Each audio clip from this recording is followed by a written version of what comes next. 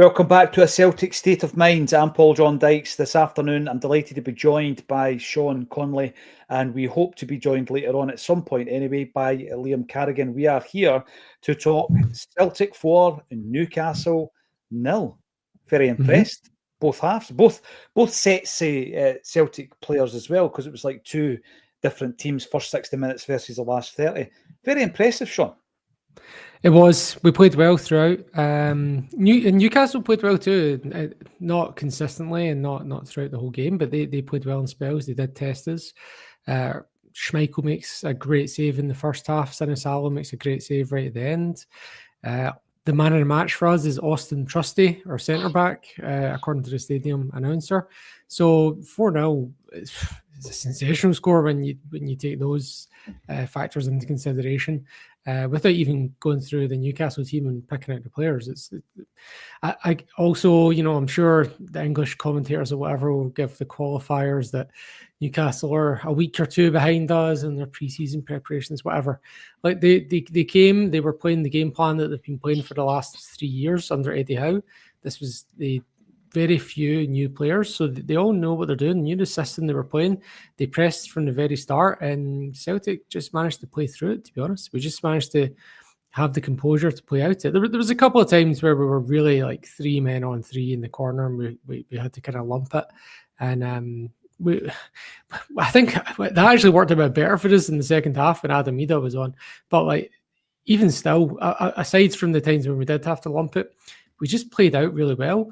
And I think, I don't know if it's maybe there's less pressure on a preseason friendly, but there was a lot of guys just willing to take on the man in kind of dangerous positions, like turn in the box, in the Celtic box, and play a risky pass. And I don't know if that's relative to preseason, or I don't know if that's just the next kind of progression of where we're trying to get in terms of our game plan. But it was an impressive performance and a well-deserved win. And it wasn't an easy win. It wasn't 4-0.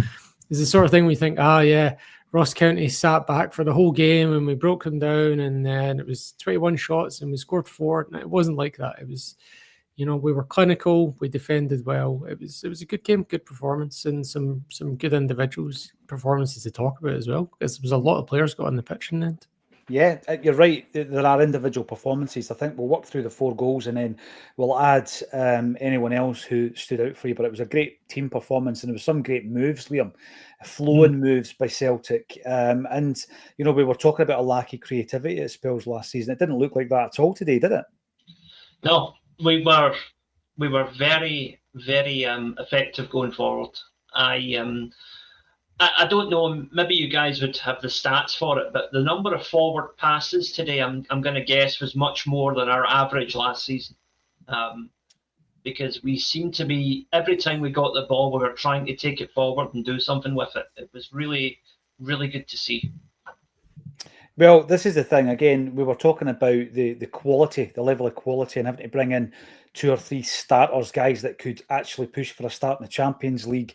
There's been an air of disappointment about some of the kind of signings. But in terms of where we are just now, 5th game of pre-season seems to be clicking. We still need the reinforcements.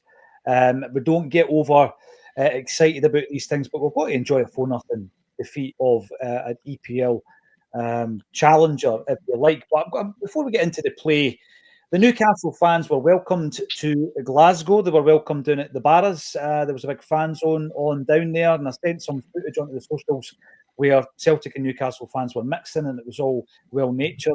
But you come into the stadium and you sing the absolute drivel of the day. And they were all leaving in their droves, Sean. So that's always quite refreshing to see that. Leaving in their droves by the end, because you come up here with your Eddie Howe and all your money and all your big Stratton lads and all that carry-on and all your Union Jacks, and you leave with your tail between your legs. It's always satisfying, isn't it? Yeah. Look, anytime we get one over, and this goes back as well. You're talking like it goes back 25 years. Any pre-season or friendly or testimonial, if you beat the team from England, it was always a good bragging right. And that was another one today. Like I still remember some of the games where it was like, what was it? I can't remember. Roy Keane's testimonial and stuff like that. All those games. And if you won it 4-3 or 3-2, you'd be like, yes. That's one for Scotland and Celtic, and sit down and be quiet, England. And Newcastle came with 10,000 fans today. They were here to show for their fans. They didn't leave any players out. So everyone that they had with them played. Big players, international players, World Cup players. So there's no diminishing a great result for us today. No, I agree with that. By the way, I can't believe this. I kept it running in the background just so I could see the scenes of us getting our second trophy of the season. And there's just a place graphic. Thanks for watching. Goodbye and good night. That's it. There's your post-match. So get on to Acsom to watch your post-match. Unfortunately, we can't show you the trophy presentation. There's a lot of people in that stadium who probably don't ordinarily go to the game, so they may have stayed behind. But we're not going to get to see that, even with your Celtic TV subscription, Liam. You know, I will not advocate buying a dodgy Fire Stick. All I'll say is this is the reason why so many people buy a dodgy Fire Stick. Well, all you're looking for is, by the way, I'm not in a mood for complaining today. I'm really chuffed at that result and the performance. All you're looking for is a bit of quality. You're looking for quality on the park. You're looking for a bit of quality when you go to buy a hot dog in the stadium. And you're looking for a bit of quality when you pay for a subscription for Celtic TV. Let me, if I may just weigh in with a little quote here. I'm paraphrasing, but Paul Gascoigne, Alan Shearer, Peter Beardsley, Jimmy Nail, your boys took a hell of a beating. Jimmy Nail, old crocodile shoes himself. Oh, yes. I've got the Wiedezen box set behind me here somewhere. I love it. Absolutely love it. Right, Jean-Paul II, we're going to bounce in between the comment section and talking about the goal scorers, the assists, and anyone else who merits a mention. Very good performance. Jean-Paul says, always good to pump an EPL team. Yeah, absolutely. I hope everybody is in good spirits after the game. David Boyle comes in to say 4 minutes to go and Tierney does something Taylor could not. Back post headed clearance. Right. I want to talk about Tierney. Tierney gets an assist. He gets an assist for Scales' goal. He gets one of the biggest cheers, if not the biggest cheer of the day when he comes on, the return of the prodigal son. Sean, I was loving it. I was loving watching him coming on, and you know, it means something. We were talking about this yesterday. When a player comes back to the football club, and I shared a wee clip from yesterday's press conference. I'll be sharing a lot more over the weekend, probably tomorrow, where he's not out to grass. He's not 32-year-old and he's ticking it off the bucket list. He's here for the rest of his career. That's his words. And that's what he wants anyway. And it's great to have him back because it's quality, but it's also knowing the identity of this football club. Yeah, and look, it helps us with our Champions League quota as well, given that he's club trained as well. But yeah, no, like Anamura had a great game in the first hour, and then they did, instead of doing a mass substitution, they do just Kieran Tierney coming on, so a bit of theatre. Well done, Brendan Rodgers. He loves a bit of theatre, doesn't he? And so we get that, and then I'm actually thinking to myself, man, like I've not seen Kieran Tierney too much this preseason, obviously, nobody has, but so I'm thinking, man, Anamura's actually had a great game here. Tierney's actually slotted some trouble here, and then after half an hour of seeing Kieran Tierney, I'm like, never mind. Anamura, you had a great game, but Tierney was sensational. His overlap, his passing, his crossing, his assist for the Liam Scales header, and as the commenter mentioned there, his defensive positioning and heading, clearing out the box as well. So yeah, look, if Anamura, who had a great game and has had a great preseason so far, can actually keep doing what he's doing, but also learn from Kieran Tierney, we might have solved this left back problem that we've been having for however many, since I don't know, since the boy Tierney left. I don't know, man. When was the last time we had a settled left back position? Martin O'Neill didn't even play a left back, and then they eventually put Stephen Craney in there. And I don't know. I think Tierney's probably the only time when we had Tierney. That was probably the only time we were comfortable at left back, and I don't know that we've ever been comfortable at any other time. The thing I always do pre-season, either on a blog or here, is I talk about a group of players that I believe are Champions League quality. and also look at a group of players who I think should leave. There comes a point where they need to leave the football club, be that permanently or on loan. And in all the time that Greg Taylor was at Celtic, he never ever made that list that I had of Champions League quality players. I think he did a very good job for us. We wish him all the best. We absolutely do. But it was one of the positions, Liam, that we constantly looked at, not just left back, but the left side of defence in its entirety, and saying, we need to really improve on there. And Tierney comes in and he does lift the standards. But one thing that was interesting, it was mentioned in the commentary during the second half there, is that Tierney was very supportive of Inamura. Shouting encouragement, all that kind of stuff. So what Sean says, I think, is absolutely spot on. You've got the Sine Salo kind of learning from Schmeichel, and you're hoping that Inamura can do the same from Tierney. Inamura, for me, came out of nowhere. He came out of left field for me. There's another Jedi Padawan thing going on there. Yeah, without a doubt. Without a doubt. And you think to yourself, in this day and age, where do you get a footballer that actually contributes for 250 grand? That doesn't happen. I used a few examples when we signed Inamura, not comparing them as players, but just in like the kind of left field nature, bringing in a guy for virtually nothing. We picked up Chris Commons for 300 grand, Lubo 300 grand, that kind of buy. So, it's so low risk. So you're looking at him not really expecting much. I used to enjoy telling my Rangers supporting friend back in high school that for 256 Didier Agats, you could get one Torre Andre Flo. yeah, that's it. Well, he's a great example, actually. Sean mentioned O'Neill's great side, picking up a gap for 50 grand. I mean, it's few and far between. And I'm not going to get ahead of myself, because I've been on here long enough to know that what you say is out there forevermore. And you can get excited or disappointed about certain players and they prove you wrong one way or another. But from what I've seen, Inamura did well. He did really, really well, Liam. And from what I've seen just from the last few games, KT is just different class, different standard than what we're used to recently. Yeah.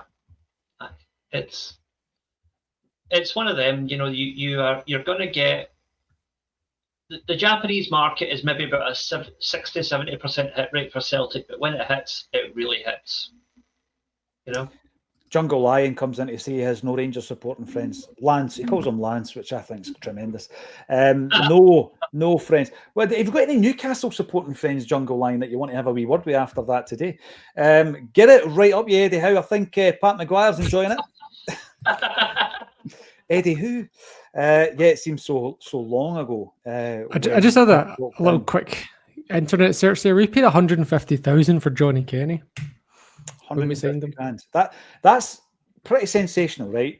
And it's, if you take it in isolation, Johnny Kenny and Inamura, 150k, 250k in this modern game, and we put them up against the riches of the EPL. And we pump them. We give them a proper pumping. I'm going to go back. I'm going to track back a little bit. So the goal that was set up by Kieran Tierney, of course, was scored by Liam Scales, who, you look at Liam Scales and you think, right, up until now, he's vying for a position with Austin Trusty. Trusty was excellent today, Sean.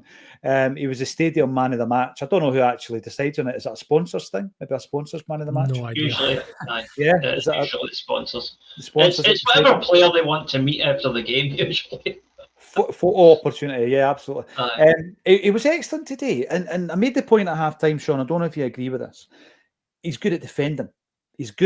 But as a Celtic centre-half, for 90% of the time you're in possession, you're looking for a pass, and you're the guy that's starting the attacks actually from the back. You're getting the ball from Schmeichel and you're looking up for that defence splitting pass. You're keeping possession, and it's maybe him trying to get used to that style of play. But when he's defending, he looks very good, and he looked very good today. Yeah, modern football, you need to be fast, you need to be strong, and he's both of those things to be a centre back. That is, and that's mainly because the strikers you're up against are really fast and strong. There's not too many Robbie Fowlers cutting their trade these days, so you need to be pretty athletic as a centre back, and the man's got it.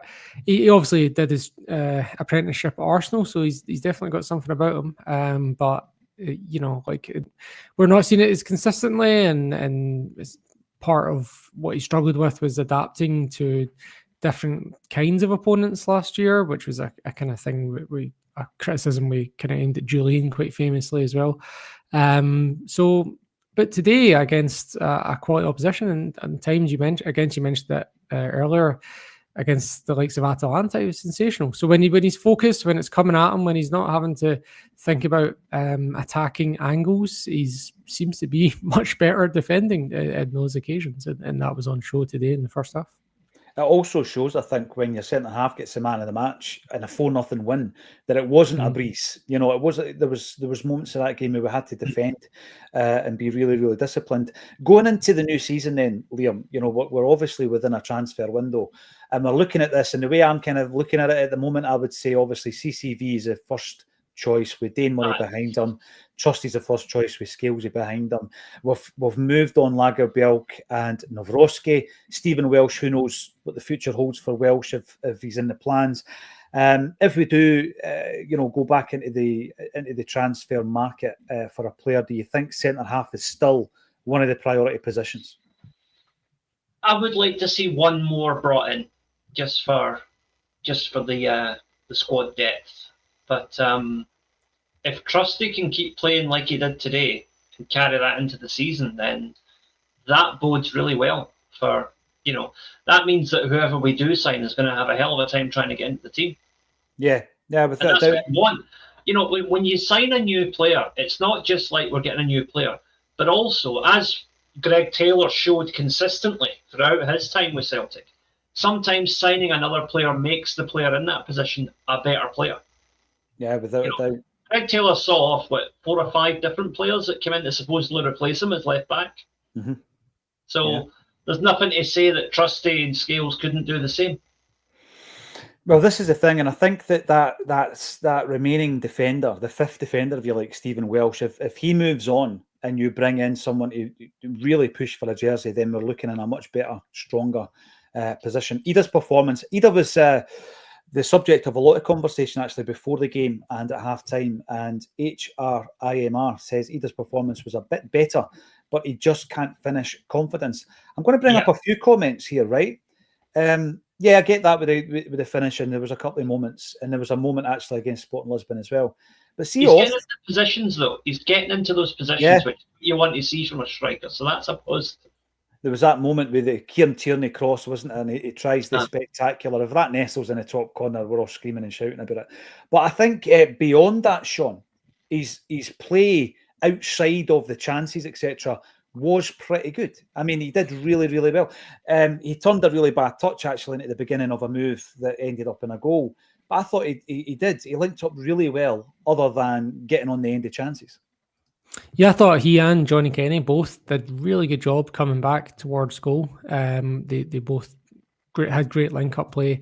They also both made some great runs and had some managed to take some great touches and possessions in front of themselves. Ida does get through and goal when he goes around that defender, the one that potentially would have been a red card on any other day, where he is in and goal. So, and obviously the volley. I thought he was good. I thought Johnny Kenny was good. I mean, I think when you think about the third goal, Johnny Kenny's role in that, I don't know if that's what the strikers have been coached this pre-season, but honestly, I thought that Ida and Kenny were both really good at that being that target man, that pivot point. They both played the role really well, and I actually thought Ida even did it better than Kenny, despite Kenny having done a very good job. And look, goals are goals. The team scored 4 goals. It doesn't really bother me if it's Ida that scores it or not. I think there's too much individual focus on his goal scoring, to be totally honest. And I think these days modern football is not really like that, especially the way Celtic play and the way Brendan Rodgers has always played, whereas Scott Sinclair was the top scorer when he played, and that's just the Celtic system under Rodgers, and he scored. I'm really a lot less focused on it than other people are, but I give him a hard time when his link up play is not as good, when his touch is heavy, when he's not putting the work rate in. That's when I'm more annoyed. Fair enough, when he misses the sitters, I do get annoyed about that one, but I don't think that was on show today. Really, I think he was good today. The point you make there, Sean, you're spot on. Brennan spoke about it when he comes back to, in fact, the first time round when he joined the club, that he doesn't need that kind of talismanic 40-goal-a-season striker. Last season, we had 3 players for the first time since the 1970s to score 20 or more goals. three players. Who was it now? Kuhn, Maeda, and Ida. So yeah, he does like the spread of goals throughout the squad. Now, Liam, you did your boys took one hell of a beating, but you failed to have Ant and Deck, who have to be in there, and Cheryl Cole. You've got to throw her in there as well, Cheryl Cole. Jungle Lion, get 2 or 3 first team starters into the squad. Well, here's the thing, right? We've done so well, I think, today. We've done really well against Sporting Lisbon. But you just imagine that, Liam, with the 2 or 3 quality players that undoubtedly Brendan Rodgers wants in this squad. And then you feel a lot more confident going into that qualifier, don't you? That's the one worry from today. Today was a superb result, but it was against a team who are still in training, whatever. It's a pre-season game. I just hope that this isn't passed off as an excuse to not push the boat out and get those 2 or 3 extra that we need. What I would say, though, is that based on what Inamura has shown, do we need to sign another left back? I'm starting to wonder maybe we don't. I'd be quite happy with him as the backup. At the moment, I didn't think I would have said this, but, and I know it's just friendlies, Liam, but based on the evidence, based on the games that we've watched, you're thinking, absolutely, we've got that situation now where he can learn from Tierney. Tierney's now going to play 90 minutes 50 times a season, we know that. So Inamura comes in, and I've been really impressed with him. I mean, Sean, this is the thing. You try yourself to kind of temper your enthusiasm and don't go OTT with your credit that you dish out to the players at times. But, I'm not saying he's been flawless, but he's been very good, very impressive. Yeah, the only place we're really light is up front and the wings. It's we're looking pretty. You would say, obviously, you could have a quality upgrade in almost any position, right? You could go out and sign a left-footed Carter Vickers, right, and that'd be a quality upgrade. On as much as we're praising Trusty and we love Scales, like there's room for a quality upgrade at any given time in any given position, really. And we always identify the areas where you would have the quality upgrades. But in terms of the overall depth of the squad, it's only really on the wing, I think, and where we're really looking a bit light. So in terms of those critical signings, I think a winger.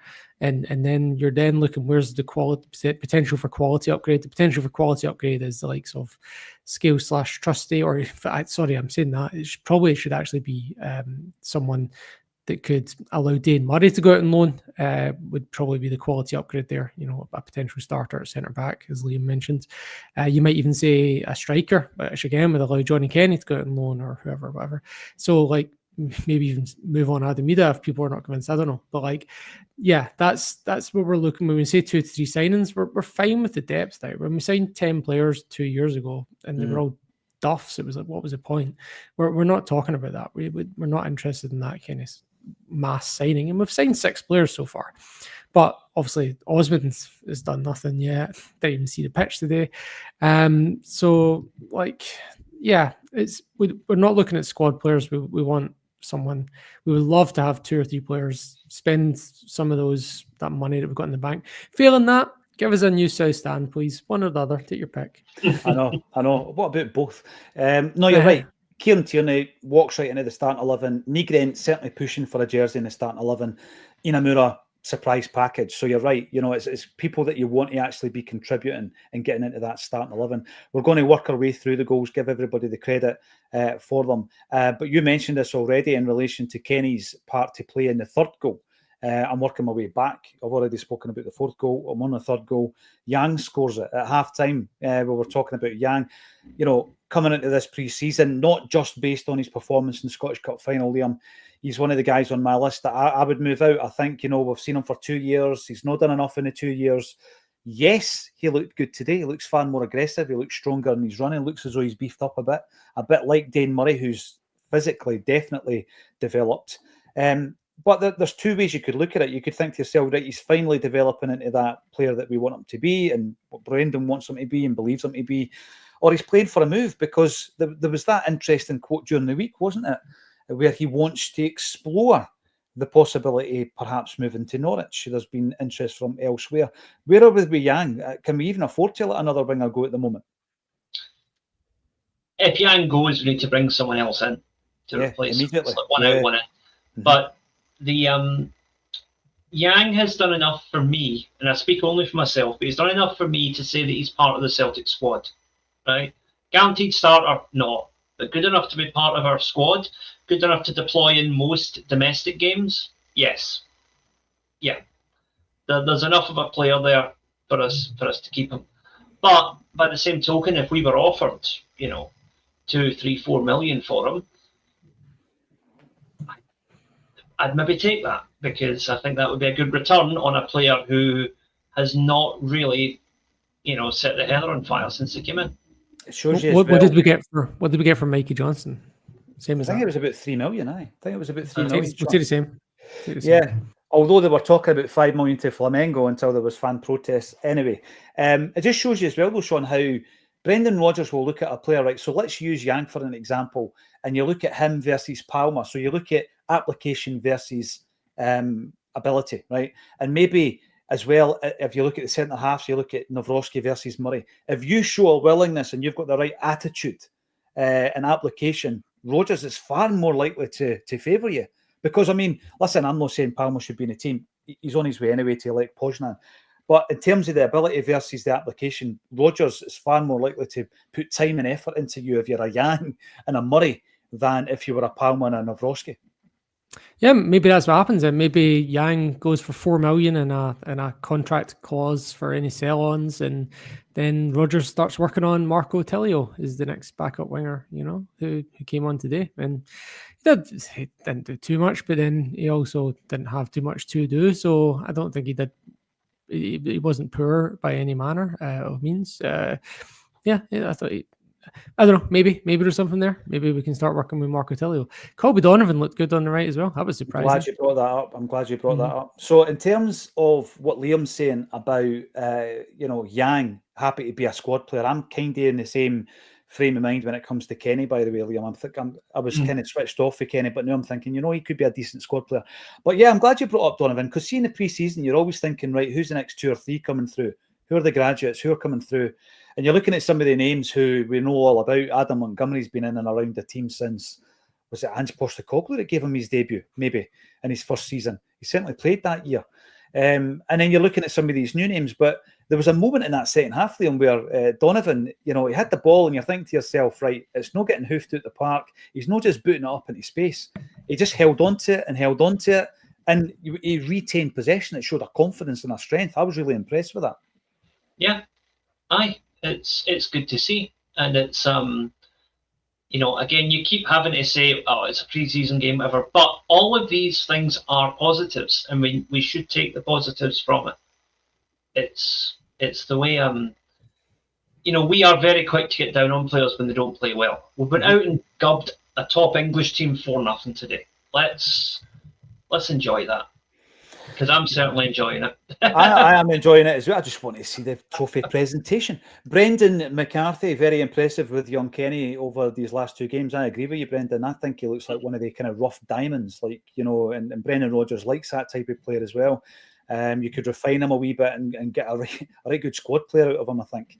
Mark McMonigal, better not drop Kenny over Ida.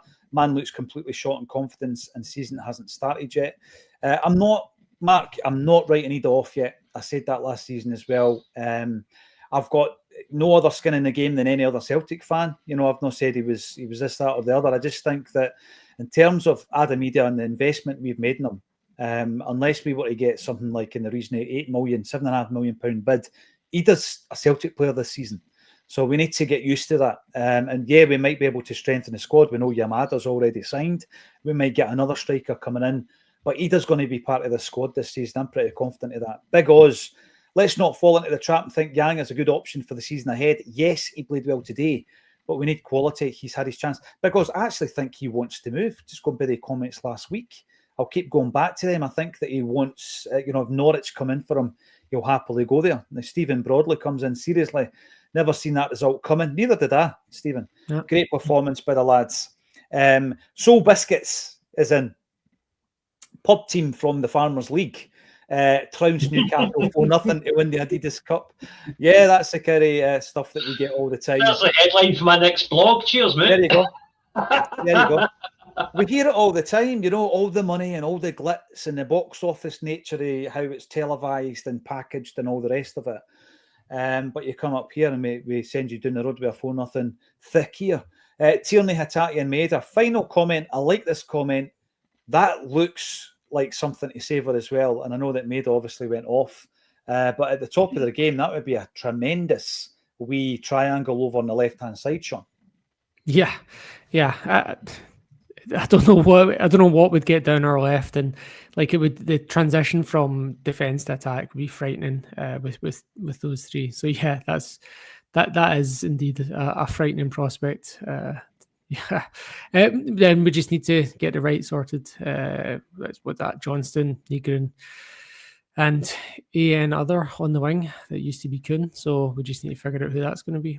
You're right, because, you know, there were spells of last season where that Johnston, Engels and Kuhn matchup looked really good last season. We need to try and get that stronger on the right-hand side.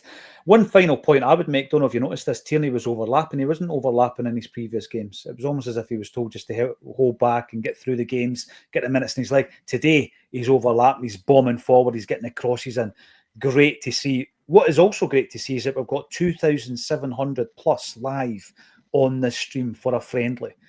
So thank you every single one of you for supporting what we do. Give us a thumbs up, subscribe to the channel if you don't, get following us on the socials as well. And if you want to come and see us, a live audience with Stone Roses and Primal Scream legend Manny, big Celtic fan, then there are some tickets available underneath this video, and there are going to be some surprises on the night, so get involved.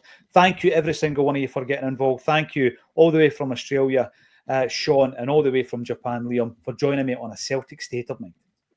Well.